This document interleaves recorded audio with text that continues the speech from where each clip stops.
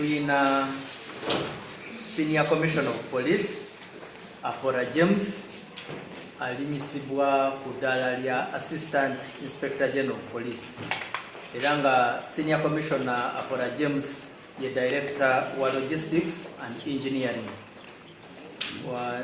ne Senior Commissioner of Police Nwabine Lawrence alinyisibwa ku natekebwa ku ddaala lya Assistant Inspector General of Police era nga ye Director wa Traffic ne Road Safety.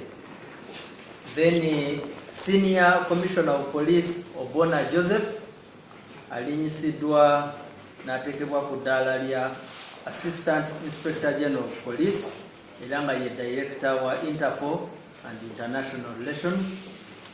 Then Senior Commissioner of Police Tanui Stephen alinyisibwa naye natekebwa ku ddaala lya Assistant Inspector General of Police era nga wetwogerera ye Director wa Fire and Rescue Services.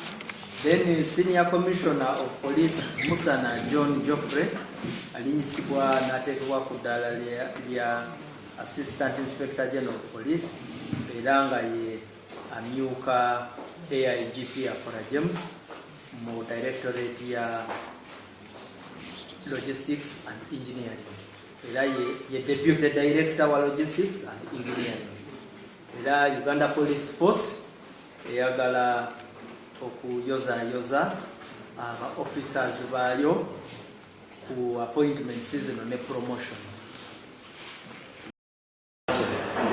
Police yajjayo omulambo gw'omusajja omu gwe twasanga ku mugogo naye nga ndowooza era tusuubira naye omuga gwali gumweze era twakwata omulambo gwe ne tugutwala mu ggwanika lya Mbali.